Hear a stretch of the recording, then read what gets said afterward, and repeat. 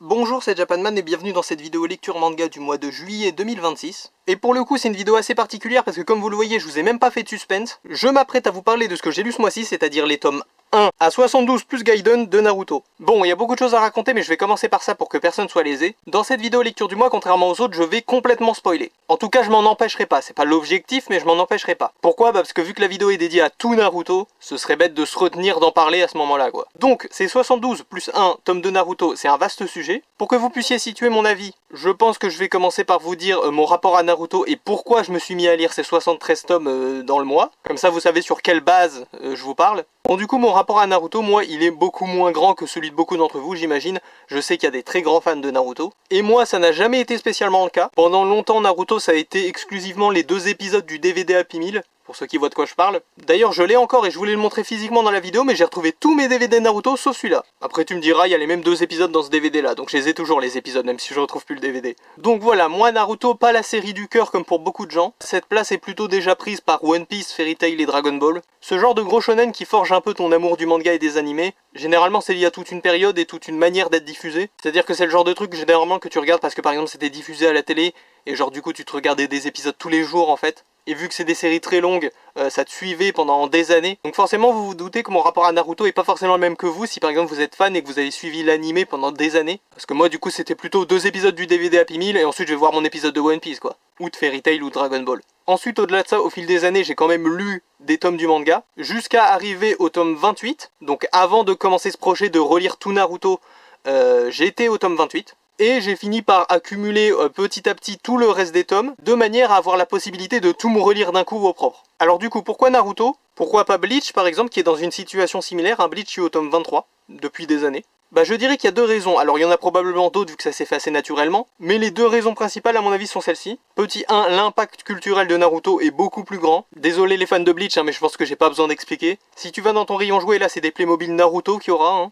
Si tu vas dans ton Micromania, il y aura le nouveau jeu de cartes Naruto. Je crois qu'ils ont fait une section Naruto dans le parc d'attractions Spirou ou un truc dans le genre. Enfin vous voyez quoi, Naruto c'est vraiment partout et c'est ultra culte. Donc forcément, même si c'est pas ça qui fait ce que je lis ou ce que je lis pas, ça reste quand même plus urgent de se mettre à la page là-dessus que sur Bleach par exemple. Et la deuxième raison, je pense que c'est un coup marketing de Kana qui pour le coup a super bien fonctionné sur moi, du coup sur le long terme, c'est que là comme vous voyez sur mon tome 35, il y a un sticker ce manga offert. C'est parce qu'à un moment Kana avait fait une opération, un tome de Naruto offert pour 2 achetés. Sauf que ça ne concernait que les tomes qui finissaient par 5. Donc 5, 15, 25, 35, 45, 55, vous voyez le délire. Du coup, moi qui avais entamé Naruto, j'ai bien sûr profité de l'offre. Mais comme je vous l'ai dit plus tôt, moi même au maximum de ma lecture, j'étais au tome 28. Donc ça fait que j'avais tome 35, peut-être même le 55, je sais plus lesquels j'avais pris, mais du coup j'avais des tomes de Naruto qui traînaient et qui attendaient. Et ça forcément, quand t'as des tomes qui traînent dans ta pile de lecture pendant des années, ça pousse au bout d'un moment à vouloir absolument continuer et remplir les trous. Et du coup sur ce coup-là, Kana ils ont été plutôt malins parce que du coup sur le long terme, ça a bien marché sur moi au final. Ça m'a poussé à chercher à continuer la série. D'ailleurs regardez, ils ont attendu tellement longtemps les tomes qui finissent par 5 que vous pouvez les reconnaître même sans voir les numéros. Parce que forcément lui il a attendu des années sur mes piles de lecture, donc bah il est un peu plus jaune que les autres.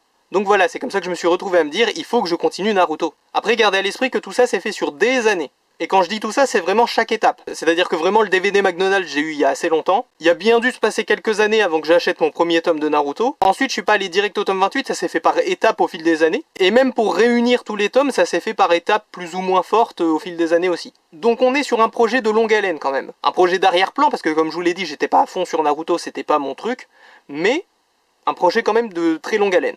Très content d'en être venu à bout pour le coup. Bon, et tout ça, ça fait qu'une fois tous les tomes réunis, ma prochaine étape, c'était de tout lire. Sauf que là, gros bémol, il y a 73 tomes en comptant Gaiden. Alors Gaiden, j'avais pas acheté directement, j'ai acheté pendant que j'étais en train de tout lire, mais bon, vous voyez quand même l'idée. Et autant de tomes, ça se lit pas automatiquement non plus. Genre imaginez, je me rends compte que je suis vraiment pas dedans au tome 10. Ça peut devenir très très long. Du coup voilà, j'arrêtais pas de me dire des trucs du genre ouais, alors quand j'aurai fini de lire ce truc et ce truc dans ma pile de lecture, peut-être j'envisagerai d'enfin commencer à lire Naruto, parce que voilà, faut déjà que je me teste sur cette série qui est un peu moins longue, comme ça je vois si j'y arrive bien, même si c'est des séries un peu longues, etc. etc. Et puis un jour, finalement, j'étais juste d'humeur Naruto. Vous voyez, bah même pas un jour, mais genre, il y a une semaine comme ça où j'étais d'humeur Naruto. Vous voyez ce que je veux dire ? J'avais la licence Naruto en tête et je voulais faire un truc Naruto. Et du coup, bah, au début tu te dis, oui, bon, faut pas s'emballer non plus, je vais pas me lancer sur un coup de tête, tout ça. Et au final, je me suis dit, tu sais quoi ? Vas-y, là j'ai envie de Naruto, j'ai 73 tomes de Naruto à lire, c'est maintenant ou jamais. En plus de ça, je me suis rendu compte que au moment où j'allais me décider, On allait être le début de juillet. Donc en plus, non seulement c'était parfait pour les vidéos lecture manga du mois, même si c'est pas l'objectif premier, mais en plus, ça me faisait un peu psychologiquement un mois Naruto. Vous voyez? Donc comme ça, j'avais une deadline de temps, mais pas infaisable. Du coup, j'ai pas besoin de me presser, mais en même temps, ça me fait un petit objectif. Et en plus, avec ce mois un peu thématisé Naruto, bah, j'étais plus dans l'ambiance et puis j'étais plus motivé aussi. Même si factuellement, ça ne change rien. Hein. Alors, il s'est avéré qu'après avoir fini de lire Naruto, ça m'a permis de terminer ce jeu que j'avais depuis longtemps, terminer cet autre jeu que j'avais depuis longtemps, et me procurer la trilogie des Naruto Storm. Donc ça a bel et bien été un mois Naruto en dehors du manga aussi, mais c'était pas prévu ça. Même si je vous avoue que j'étais assez pressé de pouvoir y rejouer à ces jeux, parce que la raison pour laquelle je les avais pas finis, c'est parce que en cours de route, je me suis rendu compte que valait mieux avoir lu tout le manga avant de les finir. Donc voilà, vous avez les grandes lignes de mon parcours Naruto maintenant. Ça n'a jamais été LE manga ou l'animé pour moi, contrairement à sans doute certains d'entre vous. Mais j'ai quand même lu par-ci par-là, au fur et à mesure j'ai fini par accumuler tous les tomes et j'ai fini par me lancer dans la lecture de tous ces tomes que vous voyez ici. Voilà pour le contexte. Alors si vous voulez, pour le mois Naruto, du coup ça s'est passé très facilement et très bien. J'étais parti sur un rythme de 6 tomes par jour, avec des jours de pause autorisés, et si j'ai envie d'en lire 5, j'en lis 5, si j'ai envie d'en lire 4, j'en lis 4. Enfin voilà, c'était pas très imposé, mais j'étais parti sur 6 tomes par jour comme base. 6 tomes par jour, c'est large, je vous laisse faire les maths, mais il y a largement le temps. Je crois qu'en faisant des pauses, comme je vous ai dit, j'ai dû finir vers la moitié du mois, un truc comme ça.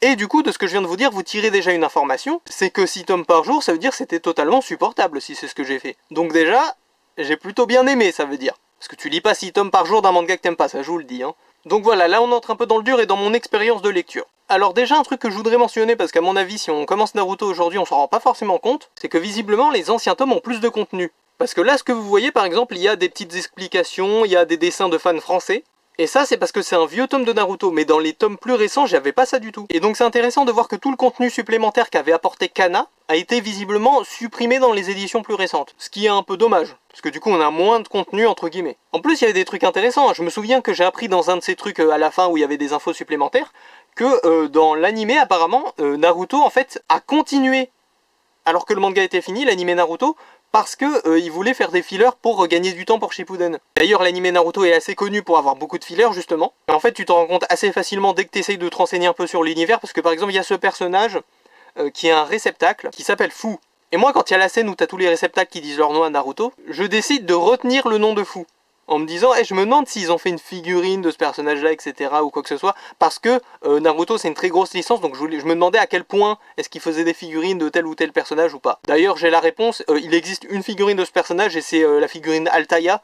Et d'ailleurs, j'ai été surpris de me rendre compte qu'il y a beaucoup de personnages, leur seule figurine c'est une figurine Altaïa, ou leur seule potable, quoi. Ils ont peut-être un gachapon chibi ou un truc comme ça, mais leur seule vraie figurine, entre guillemets, c'est leur figurine Altaïa. Donc mine de rien, pour les fans, ce genre de petite collection, ça doit être sympa. Parce que ça veut dire que t'as des personnages un peu obscurs comme ça qui ont leur figurine pour la première fois. Enfin voilà, quoi qu'il en soit, on parlait des fillers. Et du coup, ce personnage de Fu, j'ai retenu son nom, et une fois que j'avais fini de lire, je me suis dit, je vais chercher du coup ce personnage. Et quand je me retrouve sur la page de son wiki, je vois bien sûr qu'il y a marqué la section, oui voilà, combat Naruto pendant qu'il y a les résurrections, etc. Ok. Mais juste avant, il y a marqué quoi? Examen des Chunin? Comment ça, examen des Chunin? Ce perso, il apparaît dans le dernier arc de Shippuden. Comment ça, examen des Chunin? Et en fait, il se trouve que, bon, je me suis pas renseigné plus que ça parce que je vais peut-être regarder l'animé un jour, mais je crois qu'ils lui ont fait toute une histoire en filler à ce personnage-là. Ce qui est intéressant, mine de rien, parce que ça change drastiquement le poids que ça fait de revoir le personnage mort. J'imagine que les gens de l'animé se sont pas dit « Ah, c'est qui ça, Fu? Oh, je vais retenir son nom pour voir s'il a une figurine. »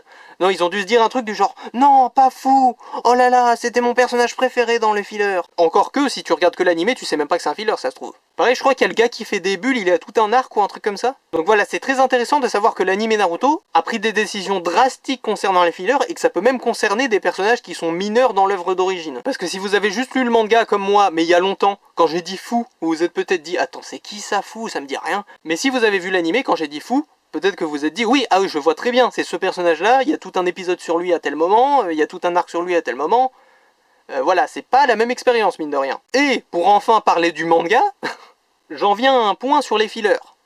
Alors comment ça, tu as parlé du manga et tu parles des fillers? C'est pas le manga, les fillers. Bah moi, en fait, je pense que l'œuvre a été altérée par ce fonctionnement de fillers. Pourquoi je pense ça? Parce qu'en fait, je trouve que le manga, quand tu lis tout d'une traite, en tout cas, tu te rends compte qu'il manque un truc. Donc attention, peut-être première critique de Naruto, attention. Ce qui manque, je trouve, dans cette série, c'est les moments un peu plus calmes, un peu plus insouciants, un peu plus slice of life même. dans lesquels on verrait la vie au village et puis nos personnages préférés interagir, vous voyez, genre les équipes interagir entre elles, faire des petites missions un peu moins graves. C'est un truc que je trouve il manque dans Naruto, le manga.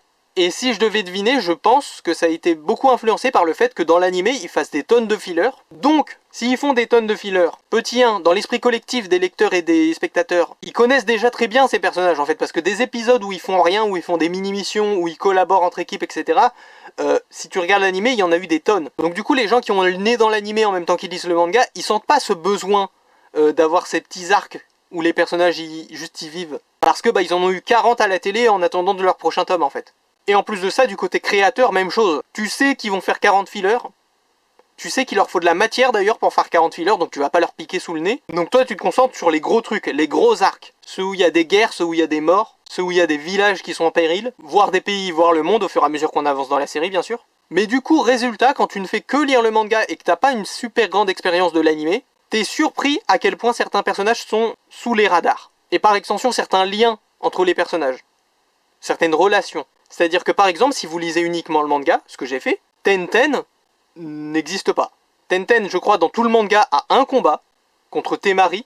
Le combat se fait hors champ, c'est-à-dire genre vraiment début du combat, cut, fin du combat, elle a perdu. Et je crois qu'à la toute fin, elle ramasse les objets sacrés là des deux qui ont absorbé le chakra de Kyuubi là. Elle ramasse les objets sacrés, elle n'en fait rien. J'ai pas compris.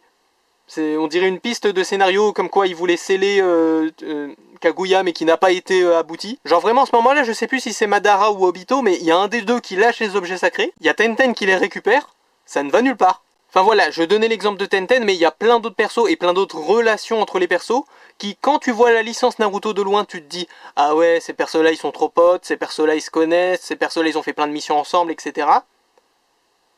Et en fait quand tu lis le manga, ils sont parlés 2 fois. Et ça pour le coup c'est peut-être une expérience que je peux vous apporter parce que vous qui regardez cette vidéo, vous avez cliqué sur une vidéo Naruto, vous avez peut-être le nez dans la licence depuis longtemps. Donc peut-être que pour vous ça coule de source que Rock Lee et Shikamaru ils sont méga potes. C'est pas le cas, hein, c'est pas ça, c'est un exemple. Hein. Vous en faites pas, j'ai bien lu le manga, j'invente pas. Mais c'est un exemple. Mais quand tu lis le manga factuellement et que t'as juste le manga dans la tête, bah il y a plein de persos qui n'interagissent jamais. Et vous allez dire, ah c'est peut-être l'animé qui a inventé ces interactions et en fait ils sont pas censés être potes. Mais concrètement le manga quand même si implique que tout le monde soit pote parce que déjà il y a tous les moments vers la fin où Naruto ils ont tous confiance à Naruto parce que c'est leur ami alors qu'ils ont interagi 2 fois avec à l'écran, hein. Enfin à l'écran à la page. Et en plus il y a 2-3 phrases dans le manga, alors je saurais pas vous retrouver le tome hein, malheureusement ça fait 73 tomes ça fait beaucoup. Mais il y a 2-3 phrases où ils sont en mode ah ouais on a déjà fait des missions ensemble alors que à l'écran pas trop quoi. Enfin, la page, encore une fois. Enfin, quand je dis à l'écran, vous comprenez. Voilà, du coup, pour moi, c'est déjà un gros manquement qui est potentiellement dû au fait qu'il y ait beaucoup de fillers dans l'animé. C'est que ça manque d'arc slice of life, ça manque d'arc petit, où tu verrais juste, je sais pas, Naruto collaborer avec Ino. Encore un exemple random, hein. Naruto, Ino, est-ce qu'ils ont déjà parlé? Je suis même pas sûr. Alors, c'est pas obligé que tous les persos soient meilleurs potes, hein. Mais en fait, c'est que, comme j'ai dit, il y a des phrases dans le manga, à 2-3 reprises, qui sous-entendent qu'il y a eu des missions hors champ. Sauf que dans le manga, c'est pas très crédible. Parce qu'à partir de l'examen des Chunin, dans le manga, ça s'enchaîne de manière assez frénétique en fait. Et il n'y a pas tellement d'entre-deux où tu peux caser des missions. Parce que, alors, 2 têtes vite fait, hein, comme ça. Si j'essaye de refaire ce qui se passe après l'examen des Chunin, t'as l'examen, t'as Orochimaru qui attaque. Comme le Hokage est mort, ils partent assez vite aller chercher Tsunade. Donc là, toujours pas de mission possible. Je rappelle qu'avant l'examen des Chunin, Naruto il connaît pas les autres équipes. Hein. Enfin, ou de loin, quoi. Enfin, voilà. Donc, ils vont chercher Tsunade. Alors, je crois qu'après, il y a l'arc où ils empêchent Sasuke de s'en aller. Donc, j'imagine que là, tu peux caser des missions inter-équipe ou des missions même de l'équipe principale. Mais je me demande s'il n'y en a pas un qui est blessé pendant ce temps-là ou un qui broie du noir ou je sais plus quoi. Enfin, il y a un délire comme ça parce que je sais qu'il y a Naruto et Sasuke qui se disputent. Ça fait moins d'un mois, j'ai déjà oublié la moitié des trucs. C'est bon, vous me jugez pas. Tout ça pour dire que, entre Tsunade et le moment où Sasuke s'échappe, il y a peut-être un petit timing, mais même là, c'est pas très crédible dans la manière dont le manga s'enchaîne. Ensuite, il y a l'ellipse pour Shippuden, et quand Naruto revient, ils sont clairement en mode « Oh Naruto, on t'a pas vu depuis 3 ans ». Donc, pareil, il n'y a pas de timing quoi pour que Naruto il fasse des missions avec tout le monde. Après, encore une fois, j'imagine que dans l'animé, il y a 40 fillers où il revient entre-temps, mais bon, voilà. Et après, tout ce qui est Shippuden, la course pour aller chercher Sasuke, c'est assez effréné. Et ça donne vraiment l'impression que Naruto, dès qu'il revient d'une mission, il repart pour une autre mission. Et à chaque fois, c'est des grosses missions de scénario, avec des gros enjeux. Et du coup, dans le manga en lui-même, bah Naruto, il se rapproche pas de ses potes. Alors vous avez peut-être l'impression que j'insiste beaucoup là-dessus, mais c'est parce que j'imagine que les personnes qui vont regarder ça sont des fans de Naruto, et je trouve qu'il y a une très grosse dissonance en fait, entre du coup l'image qu'on a des personnes Naruto,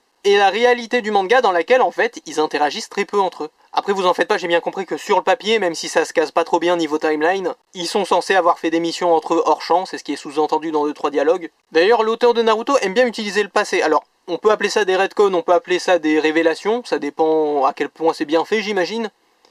Mais ouais, l'auteur aime beaucoup utiliser le passé. Un exemple un peu random, un peu nul, qui n'a pas grand impact, mais qui pour moi explique bien à quel point l'auteur aime bien utiliser le passé pour justifier les choses, c'est Karin. Parce que l'auteur va jusqu'à retcon Karin dans l'examen des Chunin, alors que je suis pas sûr que ça fasse beaucoup de sens niveau timeline non plus, mais bon, j'ai pas vérifié. Quand je dis timeline, je parle de la timeline des événements pendant l'examen. Hein. Genre, est-ce que Sasuke avait le temps de s'écarter du groupe et de pas prendre un rouleau, même si c'était celui qu'ils avaient déjà...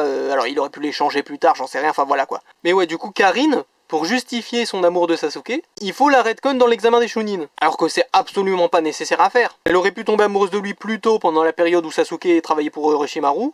Ou même dans le présent, tout bêtement, elle aurait pu dire « Oh, lui il est beau, allez, je suis amoureuse de lui ». Mais non, il a fallu qu'il y ait un retcon pour la mettre dans l'examen des Chunin. Et encore une fois, je sais que c'est un exemple un peu nul, que c'est un truc qui n'a aucun impact sur rien. Mais pareil, c'est un truc qui est assez flagrant dans l'œuvre quand tu la lis d'un coup. C'est que vraiment, l'auteur peut pas s'empêcher de retcon des trucs dans des flashbacks pour expliquer le présent. Genre le trio de Shikamaru par exemple. Au tout début quand on les rencontre, c'est juste une équipe de 3, alors ils ont un peu une vibe loser, un peu Team Rocket, je sais pas si vous voyez ce que je veux dire. C'est-à-dire c'est un peu les 3 nulos mais qui sont soudés quoi. Donc voilà, quand tu les rencontres, c'est 3 randoms un peu rigolos, un peu losers, mais qui sont sympas quoi. Il n'y a pas de raison de penser qu'ils ont un lien particulier si ce n'est qu'ils ont une bonne synergie. Sauf que l'auteur aime bien faire des flashbacks pour raconter des trucs du passé, donc en fait Shikamaru et Shoji, ils étaient potes depuis qu'ils étaient tout petits. Parce que Shikamaru, un jour, il voulait pas jouer au ballon avec, et finalement, il voulait bien. Ou un truc comme ça.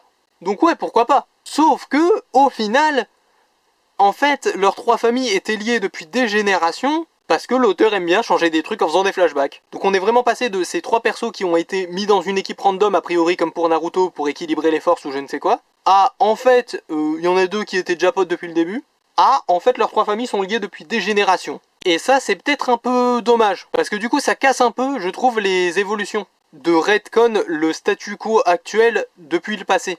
Encore une fois, l'exemple n'est pas parfait, c'est-à-dire que le lien entre ces 3 camarades-là, c'est pas le centre de l'histoire, c'est pas non plus un propos particulièrement mis en avant dans l'œuvre, donc c'est pas dramatique de retcon qu'en fait, leurs 3 familles étaient liées depuis le début. Mais ça casse un petit truc quand même, parce que du coup, c'est plus 3 membres d'une même équipe qui ont appris à travailler ensemble au petit à petit, c'est 3 membres d'une même équipe qui ont des familles qui sont liées depuis des générations et qui étaient destinées à travailler ensemble de toute façon. Et je pense que vous voyez où je veux en venir parce que c'est un reproche qui je crois a été beaucoup fait à la fin de Naruto. Le fait que par exemple il y ait un retcon qui fait que Naruto est en fait la réincarnation d'un gars. Pareil pour Sasuke. Ce qui entre un peu en contradiction avec tout le propos sur le destin, etc. etc.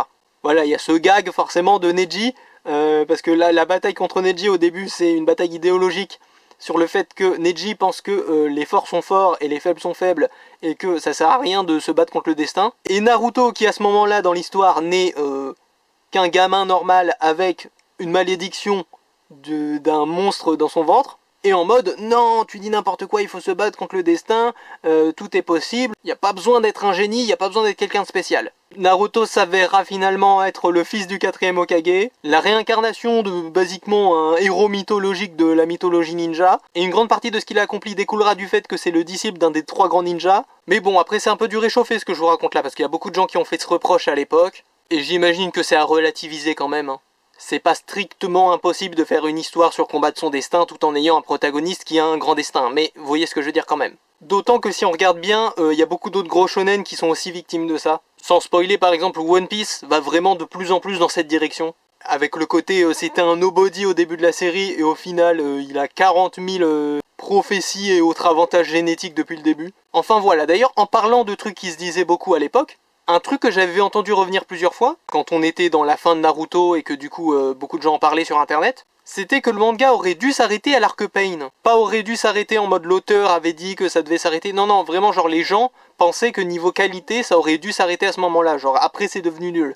Entre guillemets. Hein. C'est un avis qui revenait à l'époque. Et du coup après avoir lu, je suis pas d'accord en fait. Vu que cet avis me paraissait plutôt populaire, j'imaginais qu'il y avait une forme de conclusivité à l'arc Pain. Alors que pas du tout. En fait, à la fin de l'arc Pain, il y a plein de trucs qui sont pas du tout résolus. Donc tous les gens qui disaient que ça aurait dû être terminé à l'arc Pain, je pense qu'ils voulaient pas dire genre factuellement à la fin de l'arc Pain on coupe, mais ils voulaient quand même qu'on fasse leur petite fanfiction un peu derrière. C'est-à-dire, on finit à l'arc Pain, puis on résout quand même un peu la situation avec Sasuke, puis il faut quand même battre un ou deux gars de l'Akatsuki qui restent, enfin voilà. Donc en vrai, cet argument de ça aurait dû finir à l'arc Pain, il était un peu cassé quand même. Après, j'ai pas revu les vidéos de l'époque, ou les forums, ou les trucs comme ça qui en parlaient bien sûr, donc peut-être qu'ils précisaient à l'époque et que j'ai pas fait attention parce que je connaissais pas bien. Mais toujours est-il que finir à l'arc Pain en tant que tel, c'est pas possible. Faut gérer au moins Sasuke et les membres de l'Akatsuki qui restent après. Et honnêtement, la fin de Naruto, je pense pas qu'elle soit aussi mauvaise que beaucoup de gens le disaient à l'époque. Peut-être que ça traîne un peu en longueur sur la fin, toute la partie avec Jubi, tout ça, tous les délires de Jubi en général. C'est vrai que ça part un peu loin et qu'en plus du coup, la méchante finale, c'est un peu random, elle a du lore apparemment, mais du lore qu'on comprend pas bien parce que c'est dans le passé lointain et qu'il y a des histoires d'arbres et de machin et voilà, je suis pas sûr de tout comprendre de ce qui se passe à la fin. Niveau lore en tout cas, mais je pense pas que c'était un désastre comme beaucoup le disaient à l'époque. Genre vraiment il y a une période où t'avais l'impression que la fin de Naruto c'était un sacrilège. Franchement ça va. D'ailleurs j'en profite là, vu que je viens de dire un truc positif sur Naruto, j'ai dit beaucoup de trucs négatifs au début, j'ai l'impression, enfin beaucoup de trucs qui pouvaient sonner comme des reproches en tout cas. Sur le fait qu'il manquait d'arc Slice of Life, sur le fait que les persos se connaissaient pas vraiment. Mais gardez en tête, si jamais ça continue et que je dis beaucoup de trucs négatifs, que j'ai bien aimé ma lecture et que en fait c'est juste parce que les trucs négatifs c'est ce qui vient plus naturellement, parce que du coup c'est des trucs qui viennent remettre en question. Parce que oui, on le sait tous que Naruto c'est sympa. Voilà, tout le monde sait, tout le monde connaît, c'est entré dans la culture populaire Naruto. Donc vous doutez, je vais pas vous dire les banalités sur le fait que Naruto c'est une histoire qui te parle de comprendre les autres et de te dépasser et de te faire accepter, voilà, tout ça vous le savez bien sûr, tout le monde le sait, et du coup c'est toujours un peu plus croustillant forcément de parler des « Ah ce détail là j'ai trouvé il était un peu mal fait, machin machin », donc vous soyez pas surpris quoi si vous entendez beaucoup de trucs qui sonnent un peu négatifs, ça veut pas dire que j'ai pas aimé quoi, moi j'ai bien aimé ma lecture de Naruto, encore une fois je vous l'ai dit, t'enchaînes pas 6 tomes par jour d'un truc que t'aimes pas. Moi j'ai passé un plutôt bon moment. D'ailleurs, allez, on va rester dans le positif, tiens, pour essayer de continuer sur cette voie. Moi mes persos préférés, c'est Shikamaru et Hinata, je dirais. Shikamaru, alors Shikamaru j'ai été un peu surpris dans ma relecture, parce que oui, comme je vous l'ai dit, j'ai lu jusqu'au tome 28, donc tout ce qui était jusqu'au tome 28 c'était une relecture, ça je l'ai précisé mais j'ai pas appuyé là-dessus, c'est vrai que c'était une relecture tout ça.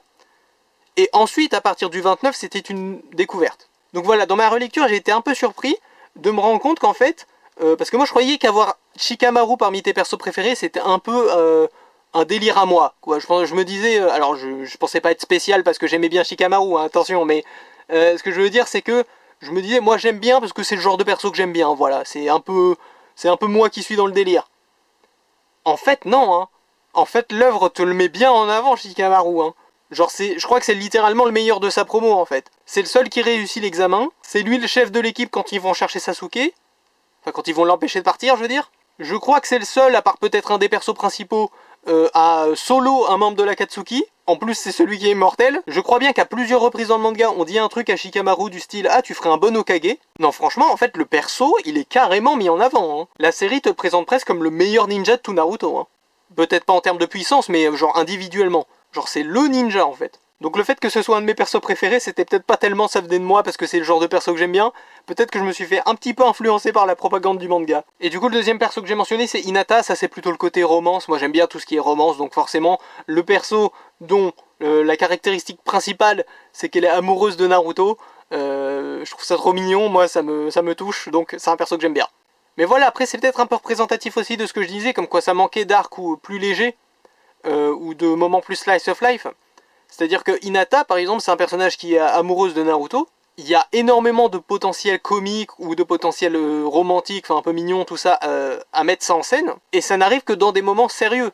C'est-à-dire il y a le moment contre Pain, il y a le moment pendant la guerre avec Neji et tout. Mais quand on y pense, il y a très peu de moments où genre ils sont dans le village et t'as Hinata qui rougit et qui fait des trucs un peu marrants. Ça arrive très peu en fait ça au final. Pourquoi ? Parce que des moments où ils sont juste dans le village à vivre leur vie, il n'y en a pas tellement. ou même dans des petites missions pas trop compliquées, il y en a pas tellement non plus. Donc t'as pas l'occasion de voir Hinata perdre ses moyens face à Naruto. Une fois leur petite bataille pendant l'examen passé, t'as pas l'occasion de voir Sakura et Ino vivre leur amitié à leur façon. T'as pas l'occasion avant qu'ils partent de voir Sasuke interagir avec d'autres ninjas. Genre tu sais pas ce que Sasuke y pense de Shoji. Bon, probablement pas du bien connaissant Sasuke, mais vous voyez ce que je veux dire? Et encore une fois, ça à mon avis c'est un truc qui est beaucoup contrebalancé par les fillers. Si t'as la tête dans l'animé, si t'as vu les fillers, à mon avis tout ça tu te poses même pas la question, tu sais comment ces personnages interagissent entre eux. Enfin voilà, le fait d'avoir parlé d'Hinata et de romance, ça m'a fait penser à un truc par contre que j'ai adoré. Alors c'est encore une fois, c'est un détail, mais moi je retiens les détails. C'est un truc que j'ai adoré. C'est la Mizukage. Plus précisément, ce que j'ai adoré, c'est les interactions entre la Mizukage et ses deux gardes du corps. Parce qu'en fait, on a la Mizukage, qui en fait a un délire interne, mais elle le dit à personne à haute voix, mais nous on voit ses pensées, et en fait elle a un délire comme quoi, sa grande angoisse en fait c'est le fait qu'elle est toujours pas mariée. Et elle a deux gardes du corps pendant l'arc. Un gars qui est en mode un peu, il fait l'ancien quoi, il est en mode oh les ninjas de nos jours, ici vous êtes un peu nuls, tout ça, voilà c'était mieux à mon époque. Et un petit gars qui a l'air plus jeune, et du coup à 2-3 reprises t'as ces interactions que je trouve hilarantes, où t'as le petit gars qui dit un truc, t'as l'autre garde du corps du coup qui est en mode ouais c'est n'importe quoi, t'es trop nul, à mon époque c'était mieux. T'as la Mizukage qui est un peu dans sa tête, qui entend un mot ou un truc qui lui fait penser au fait qu'elle est pas mariée, qui du coup s'énerve sur le garde du corps qui est en mode c'était mieux avant. Et généralement pendant qu'elle s'énerve sur le garde du corps, le petit gars il est déjà parti faire sa mission ou un truc dans le genre. Je trouve que c'est une dynamique hilarante. Si ça avait été une comédie romantique, il y aurait eu des malentendus du coup sur le fait que le gars à l'ancienne pense que la Mizukage défend le petit jeune parce qu'elle est amoureuse de lui ou je sais pas quoi. Vraiment il y a une base de comédie romantique que je trouve excellente dans l'interaction entre ces trois personnages. Moi je veux tout un manga là-dessus, avec cette dynamique là. En tout cas j'ai été dégoûté à la fin, parce que à la fin en plus on voit les Kage, les vieux, les anciens Kage. On les voit et je crois que la Mizukage a une ligne de dialogue comme quoi elle est toujours pas mariée. Et moi j'étais un peu dégoûté parce que du coup je shippais un peu la Mizukage et le petit gars. Bon après attention c'est pas un reproche envers le manga, ça c'est un délire de moi qui aime beaucoup les romances. Mais du coup voilà j'ai beaucoup aimé ces interactions, ça m'a fait beaucoup rire. Peut-être pas rire aux éclats mais vous avez compris quoi. Et ce genre d'interaction entre les personnages plutôt marrantes, c'est le genre de truc qui fait quand même que ça rend l'univers un peu plus vivant avec des personnages un peu plus hauts en couleur et un peu plus attachants. Et là j'ai trouvé que c'était très bien joué. Vu qu'on est lancé sur des trucs un peu random que j'aime bien, la fin de l'interaction Naruto-Sasuke est plutôt sympathique. Avec les pierres là qui font le symbole avec les doigts, ça c'est plutôt joli. En plus symboliquement c'est marrant parce qu'ils ont plus de main à ce moment là. Enfin ils ont une main en moins. Après voilà, on pourrait débattre du fait que ça n'a aucune conséquence, leur perte de leur main, vu qu'après ils se font greffer une main faite avec des cellules du premier Hokage ou un truc comme ça. Enfin voilà, sinon Naruto du coup en général comme j'ai dit c'est une série vraiment sympathique. Moi, comme c'était une relecture jusqu'au tome 28, il y avait déjà des moments qui m'avaient impacté à l'époque. Genre le combat de Shoji quand ils vont empêcher Sasuke de s'échapper, il m'avait beaucoup impacté. J'avais beaucoup aimé la planche avec le coup final de Shoji. Pareil, un truc qui revient 2 ou 3 fois dans le manga, l'écho au Sakura t'es lourde.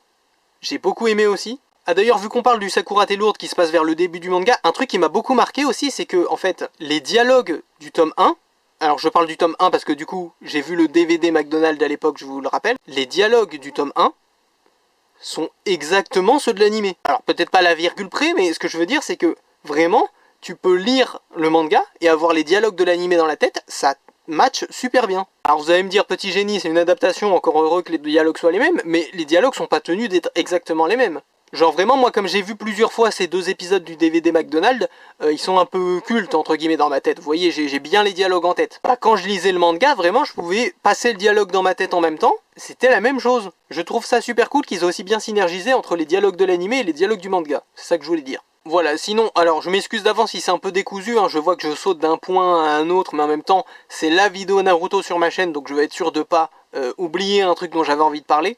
Et du coup, dès que je vois une opportunité de faire une transition vers un autre sujet, j'en profite, mais du coup c'est un peu chaotique, j'espère que c'est pas trop compliqué à suivre. Un truc dont je voulais parler, l'identité d'Obito. Parce que voilà, un peu comme pour la fin de Naruto, ou pour le fait que ça aurait dû finir à l'arc Pain prétendument, un truc qui revenait beaucoup, c'est que l'identité de Obito était évidemment Tobi, et du coup c'est un peu un running gag chez les fans de Naruto, comme quoi bah, c'était évident quoi. Et alors attention, je suis d'accord entre guillemets, je vois d'où vous venez, c'est que oui, quand tu vois un gars avec une identité cachée, donc probablement quelqu'un qu'on connaît, sinon il cacherait pas son identité, qu'en plus on voit qu'un seul de ses yeux et qu'il y a un perso dont on nous a parlé il y a pas longtemps, qui justement a un œil en moins, et qu'en plus il s'appelle Obito et le perso en question s'appelle Tobi, ce qui est presque un anagramme, Alors oui, je comprends qu'on se dise, c'est évident que c'est la même personne. Mais vu à quel point tout le monde en faisait des tonnes là-dessus, je pensais que c'était plus évident que ça. Alors pourquoi je dis ça alors que je viens de donner tous les arguments qui font que c'est évident? Bah parce que mine de rien, quand même, le perso dit assez ouvertement et relativement rapidement quand il devient au centre de l'histoire, que c'est Madara. Et donc ça change un peu la donne, parce que si le perso dit explicitement qu'il est quelqu'un d'autre, et que cette information est parfaitement acceptée par l'entièreté de l'univers de Naruto pendant un certain nombre de tomes, alors on fait beaucoup moins l'emphase sur le fait qu'il y a un mystère derrière son identité, vous voyez ce que je veux dire? C'est-à-dire en fait le manga était pas en mode « Ouh, je me demande qui est Obito » pendant 1000 ans en fait. Non, le manga est assez vite et fait « Ah non, c'est Madara Uchiwa ». Et puis là, tout le monde dans l'univers de Naruto, tous les persos sont en mode « Quoi, Madara Uchiwa, c'est lui ?» Tout le monde l'accepte en fait. C'est pas du tout remis en question. Donc au final, le fait que Obito soit Tobi, ça a pas été un grand mystère pendant très longtemps. Et du coup, le fait que ce soit évident, vu à quel point les gens le répétaient sur internet, je m'attendais à ce que ce soit vraiment une moquerie vis-à-vis du fait que le mystère ne sert à rien. Alors qu'en réalité, vu la façon dont c'est amené, c'est totalement légitime de se poser la question, parce que le gars dit littéralement être quelqu'un d'autre. D'ailleurs, puisqu'on est sur Tobi, on en revient un peu à ce truc comme quoi l'auteur aime beaucoup faire intervenir le passé pour changer des trucs. Parce que le méchant, à la base, c'est l'Akatsuki. Donc l'Akatsuki qui sont des personnages du présent, avec des revendications du présent, voire même un peu tournés vers l'avenir, vu qu'ils ont tout ce plan de mercenaires, voilà. Et celui qui a l'air d'être le chef, c'est Pain. Donc en fait, au début, le méchant, c'est Pain. Mais en fait, non, parce que c'était Obito. Mais en fait, non, parce que Obito, c'est Madara. Mais en fait, non, parce que Obito, c'est Tobi. Mais en fait, non, parce que Tobi, il était sous les ordres du vrai Madara. Mais en fait, non, parce que Madara, il était manipulé par les Zetsu. Mais en fait non, parce que les Zetsu, ils obéissent à Kaguya. Et du coup, voilà, on a vraiment cet enchaînement de « Ah non, en fait, c'est ce gars du passé qui manipule tout. Ah non, en fait, c'est ce gars d'encore plus du passé qui manipule tout. Ah non, en fait, c'est ce gars du passé encore plus qui manipule tout. » Voilà, c'est encore un petit exemple du fait que l'auteur aime bien justifier les choses par le passé, souvent en retconnant ce qui était jusque-là la norme. Encore une fois, retcon ou révélation, la différence peut être assez subtile s'il y en a une. Parce qu'en réalité, tous les retcons sont des révélations, et toutes les révélations qui n'ont pas été explicitement mises en place sont des formes de retcon. Bon, je crois que j'ai fait le tour, j'ai l'impression d'avoir dit tout ce que je voulais dire. J'espère que c'était pas trop décousu. C'est forcément un peu compliqué de s'arrêter là, parce que Naruto c'est un sujet vaste, et comme vous le savez, je viens de me lire 73 tomes, donc forcément il y a beaucoup de trucs à dire sur le papier. Je veux dire, il y a des chaînes YouTube entières dédiées à Naruto, donc forcément je vais pas faire le tour en une vidéo. Surtout une vidéo improvisée comme celle-ci où je vous dis juste ce que j'ai pensé de ma lecture. Donc voilà, un peu compliqué de s'arrêter. Alors attention, c'est pas fini. On va quand même faire un petit segment spécifiquement sur Naruto Gaiden. Parce que techniquement c'est pas le tome 73, c'est une autre série. Enfin voilà, ça reste une technicalité, hein, c'est clairement l'épilogue de Naruto. Mais ça reste un peu à part, donc c'est pas une mauvaise idée de parler spécifiquement de ça. Donc déjà, le choix d'avoir fait une sorte d'épilogue supplémentaire en one-shot comme ça, c'est une bonne idée, je trouve. Parce que moi, j'aime beaucoup ce genre d'épilogue. Les fins où tu vois qu'ils sont tous mariés, ils ont tous eu des enfants et tout ça, j'aime beaucoup ces parties-là, dans les fins de manga. Et d'ailleurs, même avant d'avoir lu tout Naruto, tout ce qui est Boruto était le meilleur exemple de ça. Je suis pas sûr qu'il y ait une autre série qui soit allée aussi loin dans le délire. Parce que les fins aiment bien avoir un côté conclusif. Donc généralement quand un manga finit, ça va pas aussi loin que Boruto, t'as pas genre vraiment tous les persos avec qui ils sont mariés, à quoi ressemblent leurs enfants, etc. Ça va pas aussi loin. Généralement, si ils ont prévu de faire ça, ils le gardent en réserve. Donc là, le fait que Naruto soit aussi ouvert sur son épilogue, je trouve ça sympa. Alors bien sûr, c'est parce qu'il y a Boruto qui est arrivé juste derrière, mais quoi qu'il en soit, je trouve ça cool. Après bien sûr ça amène à tout un tas de choix qui pourraient être discutables. Ça peut aller du pourquoi tel personnage a fini avec tel autre personnage alors que moi je shippais plutôt tel autre personnage, au truc peut-être un peu plus sérieux comme, par exemple vous le voyez là sur l'image, Orochimaru. Le fait qu'Orochimaru ait été pardonné entre guillemets et que genre vraiment il vive sa vie, c'est vrai que c'est un gros morceau quand même. Pareil pour Kabuto.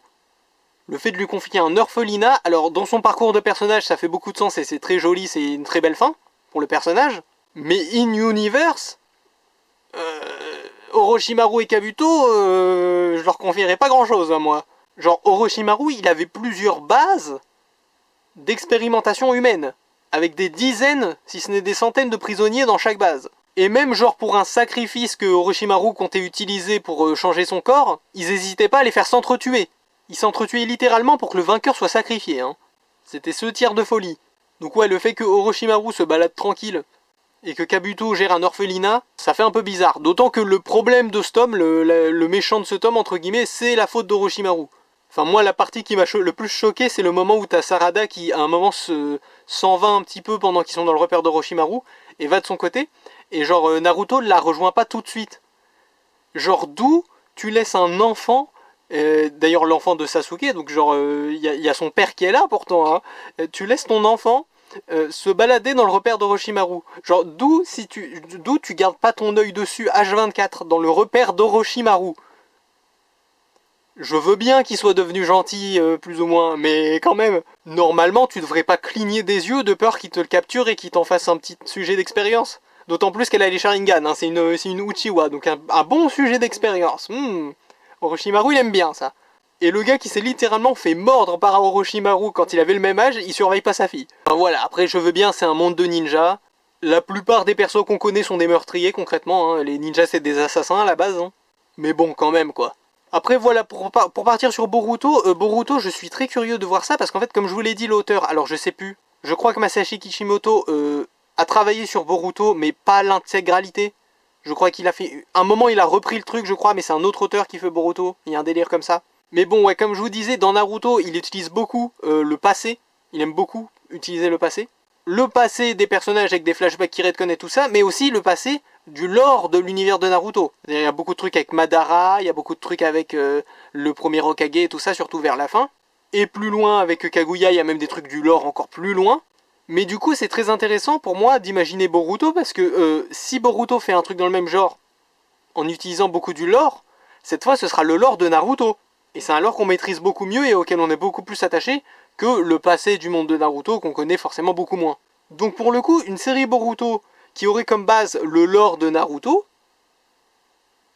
au sens ce qui se passe dans le manga Naruto, ça pourrait être beaucoup plus fort émotionnellement et beaucoup plus fort symboliquement si c'est bien fait.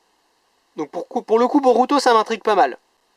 Je balance me dites pas si c'est vrai, hein, mais je balance un truc comme ça par exemple. Le gars immortel qui est enterré sous la forêt de Shikamaru là, il pourrait revenir par exemple. Ce serait intéressant. Sauf qu'il reviendrait dans un tout nouveau contexte pour le coup. Le gars il va sortir, il y aura plus d'Akatsuki, Shikamaru il a un fils, enfin voilà quoi. Et c'est juste un exemple qui m'est passé par la tête comme ça, de manière dont on pourrait utiliser tout ce qui s'est passé dans Naruto pour créer des histoires intéressantes dans Boruto. Donc pour le coup voilà, moi je suis vraiment très intrigué par Boruto. Même si après 73 tomes de Naruto, vous vous doutez, je vais pas m'y mettre tout de suite. Bon voilà, sinon ce tome de Naruto Gaiden précisément plutôt sympa. Je trouve ça cool qu'ils aient préféré s'intéresser à Sarada plutôt qu'à Boruto, sachant qu'on allait avoir une série Boruto juste après. C'est plutôt intéressant et ça différencie le truc. Il y avait 2-3 trucs mis en place qui ont l'air intéressants et qui pourraient être développés dans Boruto. D'ailleurs, j'ai appris pas longtemps après qu'il y avait un manga sur Sasuke. Et je me demande si c'est pas le truc auquel il est fait référence dans Naruto Gaiden, comme quoi à un moment Sakura est partie du village, et puis c'est après comme ça qu'est né Sarada. Si c'est ça, ça m'intéresse peut-être de le lire, tiens. Mais vu que t'as Sakura et Sasuke adultes sur le tome, en tout cas j'ai vu, j'ai un peu peur que ça spoil du Boruto. Si vous voulez bien me confirmer que ce manga est bien pré-Naruto Gaiden et pas post-Naruto Gaiden, ça m'arrange. Enfin voilà, content d'avoir pu avoir cet épilogue aussi, il y a un commentaire il y a très longtemps, qui me l'avait rappelé, qui m'avait dit un truc du genre « Ah, faut pas oublier Naruto Gaiden, souvent les gens l'oublient ». Je sais pas si je réussirai à le retrouver pour vous le montrer, mais en tout cas merci à ce commentaire parce que ça m'est resté en tête jusqu'à aujourd'hui. Et c'est un peu ça qui m'a fait penser à prendre Naruto Gaiden. Donc voilà pour Naruto Gaiden, peut-être qu'on se retrouvera pour parler de Boruto une fois prochaine, je sais pas, mais en tout cas pas tout de suite. Bon voilà, c'était tout pour cette vidéo lecture manga du mois. Alors je vous avoue que j'ai du mal à conclure parce que je peux pas m'empêcher de me dire, comme je vous l'ai dit tout à l'heure, que j'ai peut-être oublié de parler d'un truc dont je voulais parler. Pareil, j'ai cette impression, vu que j'ai pas voulu parler des généralités, j'ai cette impression que c'est peut-être un peu décevant que je sois pas revenu sur chaque arc individuellement. J'imagine qu'en cliquant sur une vidéo qui est censée vous donner mon avis sur ma lecture de Naruto, vous attendiez peut-être à avoir mon avis sur tel arc en particulier, tel autre arc en particulier. J'espère que c'est pas décevant de ce point de vue-là. Moi, bon voilà, j'aime bien raconter des trucs précis, des petits détails comme ça qui m'ont marqué, plutôt que de faire un résumé de toute l'œuvre. Et j'espère que ça vous a pas déçu de ce point de vue-là. Sinon, cette lecture a été quand même assez instructive pour moi parce que ça a été la preuve, en partant directement sur le pire scénario entre gros guillemets avec ses 73 tomes. Ça m'a prouvé que je pouvais lire les séries qui traînaient dans ma pile de lecture parce que certaines ont accumulé pas mal de tomes aussi, mais aucune au niveau de Naruto. Et du coup, c'est plutôt rassurant de voir que ça s'est fait assez naturellement. En fait, j'ai pu lire tranquillement toute cette série. Et donc, les autres séries qu'il y a dans mes piles de lecture, finalement, c'est pas la mer à boire, et ça me rassure un peu. Alors je m'apprêtais à vous faire une conclusion en vous montrant ce dernier tome de Naruto, mais je me suis souvenu d'un truc en faisant ça. Comme quoi je vous disais, j'avais peur d'oublier un truc que j'avais envie de dire. C'est moi ou est-ce qu'ils ont effacé Danzo de l'histoire? Genre Naruto c'est le combientième Hokage? Et genre les statues? Y a pas Danzo je crois. Hein. Ah mais ouais, je confirme. Oh les fourbes, ils ont effacé Danzo. Alors ok, c'était pas le meilleur Hokage du monde, mais il a été officiellement nommé, hein. C'est pas sympa Kakashi de lui piquer son titre. Parce que c'est bien ce qui me semblait, du coup en fait, Kakashi c'est le 6ème officiellement, et Naruto c'est le 7ème. Sauf qu'il y a Danzo normalement entre les deux. Oh les fourbes, ah ça se fait pas de réécrire l'histoire comme ça je trouve. Hein. Genre même s'il était pas sympa, Danzo il a été officiellement nommé. Hein. Après j'imagine qu'on pourrait débattre du fait que c'est un Hokage temporaire pendant que la 5ème était alitée, mais bon quand même quoi. Genre d'autant que le gars est mort. Encore si la 5ème s'était réveillée et que du coup elle avait repris son poste et que bon on aurait pu dire ouais c'était un remplaçant. Mais là le gars est mort pendant ses fonctions, t'aurais pu le mettre sur la statue quand même. D'autant que du point de vue de Konoha strictement, il a rien fait de mal. C'est-à-dire qu'il est mort face à un ennemi de Konoha. Et oui, il y a eu un petit conflit avec les autres Kage juste avant, mais les autres Kage ça n'engage pas Konoha. Hein. Non en vrai c'est un peu fourbe de l'avoir effacé de l'histoire je trouve. Je m'attendais pas à ce que cette vidéo se termine sur une défense de Danzo, hein, parce que c'est quand même un méchant dans l'histoire, mais en vrai c'est pas juste. Donc voilà, je pense qu'on va conclure sur la défense d'un dictateur. J'espère que cette vidéo vous a plu, c'était Japanman, à plus.